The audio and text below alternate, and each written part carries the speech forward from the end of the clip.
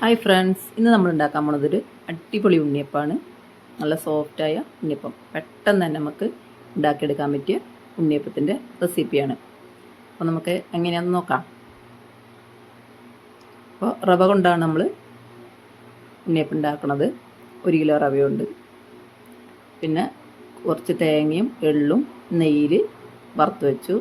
3/4 kilo ശർക്കര എടുത്തിട്ടുണ്ട്, അത് ഉരുക്കി വെച്ചിട്ടുണ്ട്. ഒരു 5-10 ഏലക്ക പൊടിച്ചത്. അപ്പോൾ റവ ഞാൻ വെള്ളമൊഴിച്ച് കുതിർത്ത് വെച്ചിട്ടുണ്ട്. ഇനി നമുക്ക് ഒരു പാളംകോടൻ പഴം വേണം, ഒരു 5 പഴം നമുക്ക് റവയിലേക്ക് അടിച്ച് ഇടാം. അപ്പോൾ നമ്മൾ പഴമൊക്കെ ചേർത്ത് കൊടുത്ത് ഇനി നമുക്കിത് കുറേശ്ശെ ശർക്കര പാനി ഒഴിച്ചിട്ട് ഇളക്കി കൊടുക്കാം. ഇളക്കി കൊടുത്തതിന് ശേഷം നമുക്ക് മിക്സിയുടെ ജാറിലിട്ടിട്ട് നല്ല പോലെ ഒന്ന് അടിച്ചെടുക്കാം. അപ്പോൾ നല്ല റവയൊക്കെ നല്ലോണം നല്ല മിക്സായി വരും. അപ്പോൾ പെട്ടെന്ന് തന്നെ നമുക്കിത് ഉണ്ണിയപ്പം ഉണ്ടാക്കിയെടുക്കുകയും ചെയ്യാം. അപ്പോൾ മിക്സിയിൽ അടിച്ചെടുത്തിട്ട് വരാം നമുക്ക്.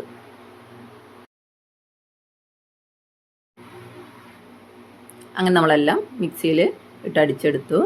ഇനി നമുക്കിതിലേക്ക് നമ്മൾ എടുത്തു വെച്ച ഏലക്ക പൊടിച്ചത് ഇട്ട് കൊടുക്കാം.